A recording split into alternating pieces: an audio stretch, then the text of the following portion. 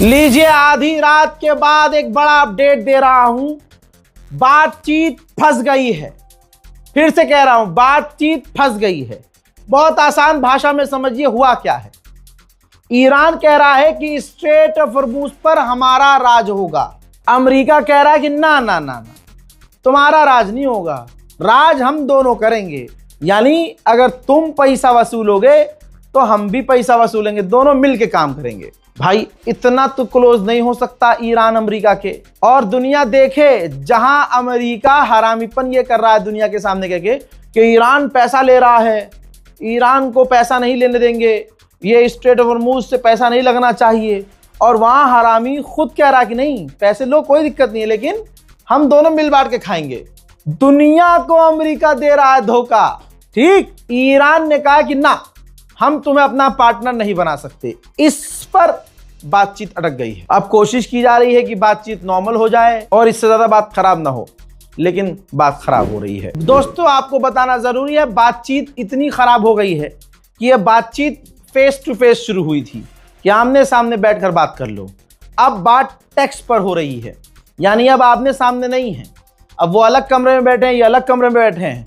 अब पाकिस्तान बेचारा वहां से मैसेज लेके यहां जा रहा है, वहां से लेके, और इस लेवल पर बात खराब। हालांकि ऐसा नहीं है कि कल जंग शुरू हो जाएगी, अभी कोशिश की जाएगी कई बार कि बात हो, और पाकिस्तान पूरी इसमें मेहनत कर रहा है। उधर से डोनाल्ड ट्रंप लगा पड़ा है अपनी जीत दिखाने में। ये देखिए, ऑपरेशन एपिक फेल्यूर जो है, बता रहे हैं कि हमने 13,000 बार ईरान पर हमला किया, 50,000 फौज हमारी मिडिल ईस्ट में थी, 155 से ज्यादा ईरानी नेवी वेसल्स को हमने डैमेज और डिस्ट्रॉय किया, 90% ईरान के हथियारों की फैक्ट्रियां तबाह कर दी, 1500 एयर डिफेंस टारगेट किए, 4500 बैलिस्टिक मिसाइल तबाह की, 800 से ज्यादा ईरान की ड्रोन फैसिलिटीज तबाह की।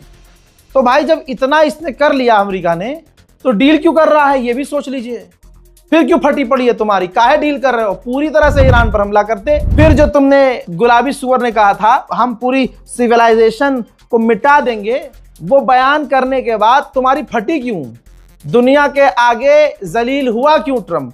भाई अगर तुमने पूरे ईरान, सोचिए, अगर पूरे ईरान को सच में इतना कमजोर कर दिया होता तो सबसे पहले डोनाल्ड ट्रंप ग्राउंड ऑपरेशन करवाता और ईरान का सारा तेल चूस जाता। सही कह रहा हूं गलत कमेंट कर देना। अब आगे की बात सुनो। स्ट्रेट ऑफ हॉर्मज़, तीसरी बार खबर बता रहा हूं, स्ट्रेट ऑफ हॉर्मज़ में अमेरिका की नेवी ने घुसने की कोशिश की, जिसको डोनाल्ड ट्रंप ने कह दिया कि हमारी नेवी गुजर गई वहां से। अबे सुअर, पहले पूरे पूछते ले अपनी टीम से। रिपोर्ट यह है कि घुसने की कोशिश की स्ट्रेट ऑफ हॉर्मज़ में अमेरिका की वॉरशिप ने, ईरान की IRGC ने धमकी दी और कई बार धमकी दी, यहां तक कि एक ड्रोन लॉन्च कर दिया ईरान ने। जैसे ही ड्रोन लॉन्च किया, अमेरिका के पूरे युद्धपोत ने यूटर्न मार दिया, तेरी भागो रे। हाँ, तो वहां से भाग गई हैं वो। ट्रंप ट्वीट कर चुका है 4 घंटे पहले कि हमारे युद्धपोत उस इलाके से निकल चुके हैं। अब इससे उल्टा हो जाएगा मामला। बजाय जो टैंकर वहां फंसे हैं उनका डर खत्म होने के, अब डर और बढ़ जाएगा। आपको पता है कि मैंने आपको बताया था कि अमेरिका ने धमकी दी है पॉप को। वेटिकन सिटी में रहते हैं, वहां के एम्बेसडर को बुलाकर धमकी दी है, क्योंकि पॉप ने इनका झूठ पकड़ लिया था, फैक्ट चेक कर दिया था। डोनाल्ड ट्रंप ने अपने तरफ अमेरिकियों को करने के लिए झूठ फैलाया कि ये जंग आखिरी जंग है, ये जंग परमात्मा की तरफ से, ईसा मसीह की तरफ से मैं लड़ रहा हूं यहूदियों के साथ मिलकर, और ये जंग जरूरी है, ये धर्म की जंग है।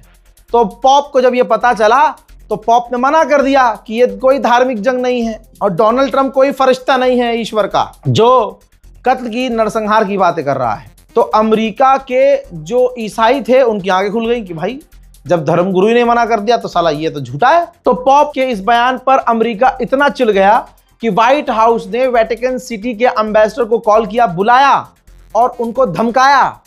और मैंने तभी कहा था, आप लोगों को याद होगा मोहतरम हजरात, ये धमकी दिया ना अमेरिका ने, ये भारी पड़ जाएगी। अब भारी पड़ गई है। जो रजाग्राफी कहता है वही होता है, दिमाग में बैठा लीजिएगा आप। दोस्तों, अमेरिका ने जो धमकाया था और कहा था कि अमेरिका की सेना बहुत मजबूत है, चर्च को झुका देगी, अल्लाह अकबर, चर्च को झुका देगी और हम जो चाहे कर सकते हैं, ये धमकी अब भारी पड़ रही है। जिसके बाद वेटिकन सिटी के पॉप, ईसाइयों के सबसे बड़े धर्मगुरु पॉप, डरने के बजाय आज मैदान जंग में खुलकर सामने आ गए हैं। लीजिए, उन्होंने खतरनाक बयान दिया, निडर और बेखौफ होकर। पहले तो यह खबर आई कि जब तक डोनाल्ड ट्रंप अमेरिका का राष्ट्रपति रहेगा, ईसाइयों का सबसे बड़ा धर्मगुरु पॉप नहीं जाएंगे अमेरिका। अब ये सामने खुद आ गए। ये रहा वीडियो, रशियन मीडिया पे चल रहा है। दोस्तों, पॉप ने ऐलान किया है, अपने बयान में कहा है, बस बहुत हो गई जंग, बहुत हो गया मासूमों का कत्ल, बहुत दिखा ली ताकत और बहुत हो गया पावर का, शक्ति का प्रदर्शन और खेल। शक्तिशाली वो नहीं है जो शक्ति दिखा रहा है और जुल्म कर रहा है, बम गिरा रहा है। शक्तिशाली वो है जो सब्र के साथ, इंसानियत के साथ, इंसानियत के लिए खड़ा है, इंसानियत को अहमियत दे रहा है और इंसानियत को आगे बढ़ा रहा है, लोगों को जीने दे रहा है, नई राह दिखा रहा है, ना कि बम गिरा रहा है। ये सीधा सीधा अमेरिका इजराइल के मुंह पर पॉप ने जोरदार तमाचा जड़ दिया है। मैं दुश्मन के अखबारों से खजाना निकाल के लाता हूं ताकि गंडोली मीडिया हमारी या कोई भी गणचट्टी मीडिया या अंधभक्त कुछ बात न कह सकें, दिख जाए कि उनके बाप के ही देश के अखबार लिख रहे हैं। द टाइम्स ऑफ इजराइल ने मान लिया है, पूरी रिपोर्ट शाया की है, जिसमें इजराइल ने कहा है कि इस जंग ने, अमेरिका और इजराइल ने ईरान में तगड़े टारगेट किए, लेकिन ईरान की कैपेबिलिटीज अभी भी बाकी हैं। ईरान की मिसाइल पावर, ईरान की ड्रोन पावर अभी भी ईरान के पास मौजूद है। ईरान मजबूत है। बताओ अब कुछ रह गया? अनभक्तों, आओ, ठोक दिए गए हो तुम। गजब बेइज्जती है। बात अनभक्तों की आए तो इनके बाप की बात ना करें। हजरात, मोदी सरकार भारत के अंदर मुसलमानों के खिलाफ कैंपेन चलाती रही, बाइकॉट मुस्लिम, बाइकॉट ये, बाइकॉट वो, ठीक। और हिंदू समुदाय यहां तक करने लगा कि मुसलमानों का गांव के अंदर बैन कर दिया कि गांव के अंदर मुसलमान नहीं आ सकते। यहां तक कि राजधानी दिल्ली में खून की होली खेलने की बात कही जाने लगी कि हम तो मुसलमानों के साथ खून की होली खेलेंगे। और हिंदुओं को खुश करने के लिए गैर कानूनी तरीके से मुस्लिम परिवार के मकान को तोड़ा जाने लगा, सिर्फ हिंदुओं को खुश करने के लिए। पता नहीं अरब तो मुसलमानों गद्दार हैं। बहरहाल उस पर बाद में आऊंगा। यहां मुसलमानों के खिलाफ जहर, मुसलमानों के खिलाफ सरकार अपने खाते से कैंपेन चलाने के लिए पैसा भी दे चुकी है। जो स्टेज लगाकर ये प्रोग्राम करते हैं हिंदू संगठन, वो भी रिपोर्ट आ चुकी है, दवायर की भी रिपोर्ट आ चुकी है। लेकिन ये नेशनल प्राइम टाइम नहीं है, मैं आपको बस कनेक्ट कर रहा हूं कि असलियत देखिए इनकी। तो आपने देखा, समझा कि भारत के अंदर हिंदू मुसलमानों से कितनी नफरत कर रहे हैं।